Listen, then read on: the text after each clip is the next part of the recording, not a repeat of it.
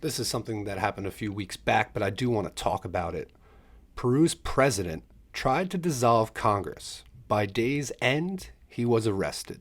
So that is the headline from the New York Times talking about the political situation in Peru. Ahead of an impeachment vote by Congress, Pedro Castillo tried to dissolve the government and seize power.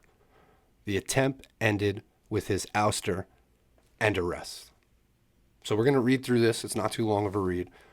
And I'm going to complain as we go along about this ridiculous article. But let me just break it down in the simplest terms. Peru has a leftist president who took power and is backed by mainly, the poor and indigenous population of Peru, the rural population of Peru. And Peru's Congress is a right-wing Congress, totally supportive of United States interests and United States corporations.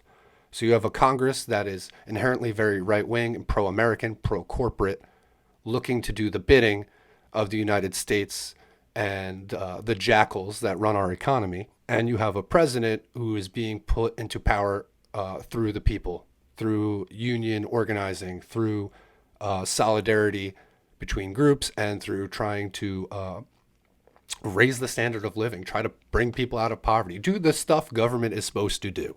So you could imagine those two power centers would clash. Lima, Peru.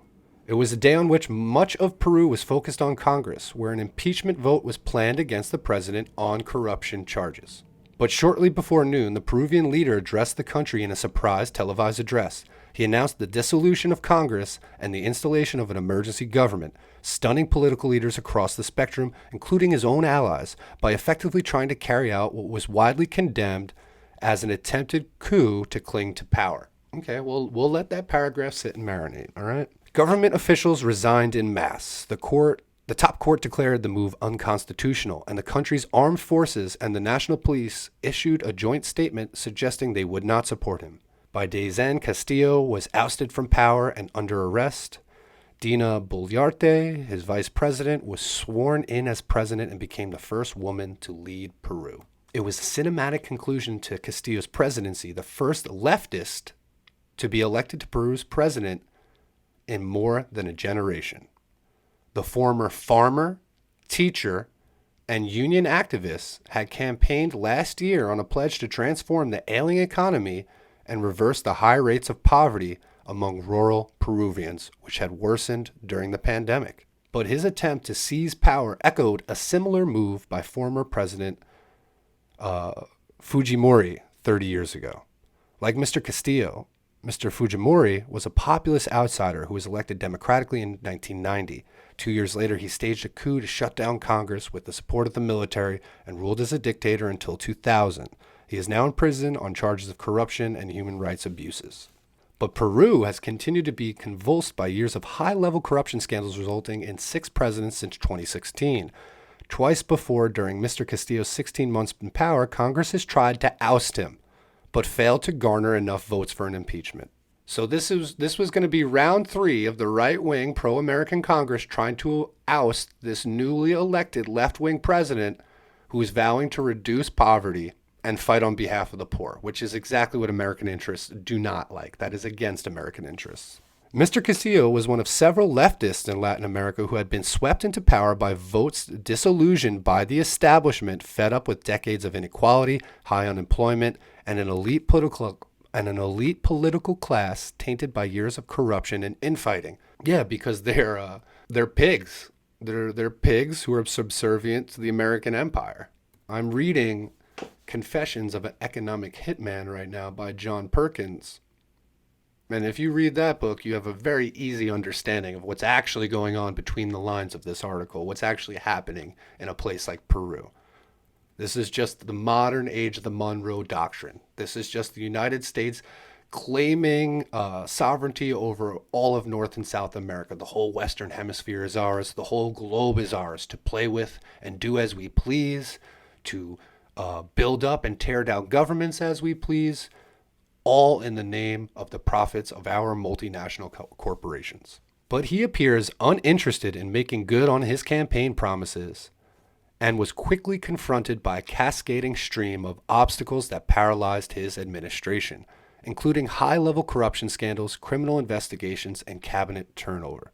Castillo churned through more than 80 ministers and filled many posts with political allies lacking reverent experience, some of whom have faced investigations for corruption, domestic violence, and murder.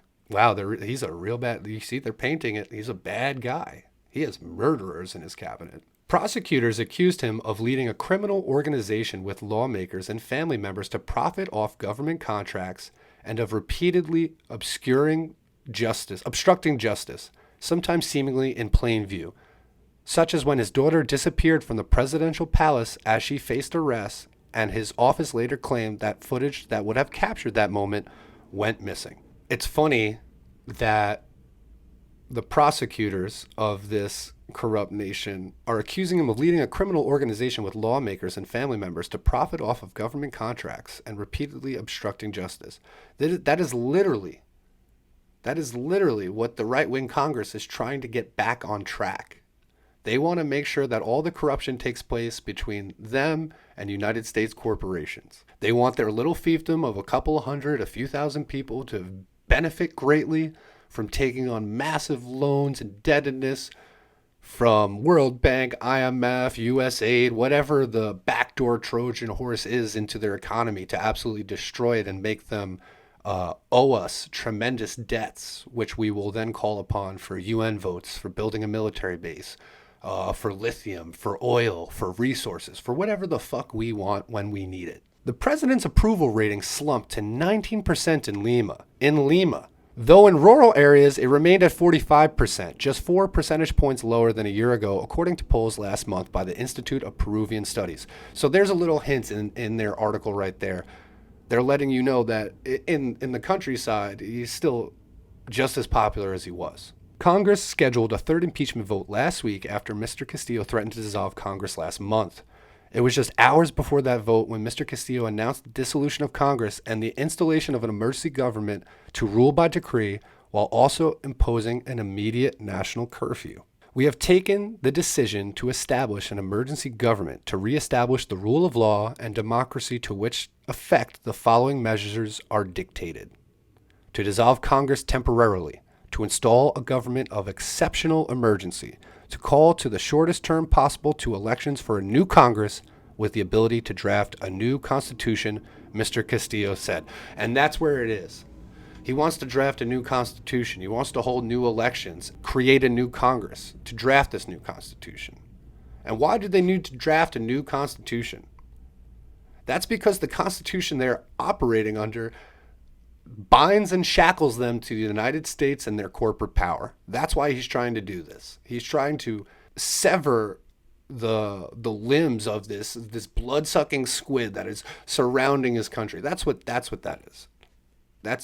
This is how you read between the lines. Mr. Castillo's declaration plunged the fragile democracy into its biggest political crisis in years. Twice, Congress has tried to oust Mr. Castillo from power, but failed to garner enough votes for impeachment. But it's quickly becoming apparent that the announcement had little support, prompting the mass resignation of many of his top cabinet members, a fire hose of denunciations from political opponents and constitutional experts, and a joint statement from the armed forces and police suggesting that he lacked any legal right to carry out his decree. We reject the breaking of constitutional order, and we urge the population to respect the political constitution, remain calm, and trust state institutions, the police later said in a separate statement.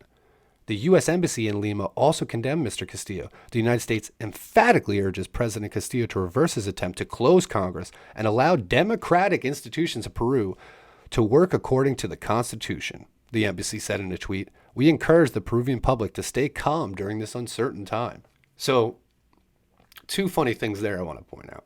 Obviously, the United States urges him to reverse his decree because it's the corrupt constitution of that country that allows the United States to reap the benefits of the labor and resources of Peru. And by the United States, I should just say corporations. The other funny thing is we encourage the Peruvian public to stay calm during this uncertain time. So normally what the CIA is doing is they are encouraging protests to overthrow the person they don't like, right? Since the Congress is already impeaching this guy, they don't need to get the people in the streets. They want the opposite. They want everyone calm. They don't want anyone in the streets protesting his impeachment. Isn't it funny? Isn't it funny? We're where the embassy is either cheering on a protest or condemning a protest only if it aligns with our interests, right? It's all about our interests, not whether democracy matters, human rights, none of that shit fucking matters to us.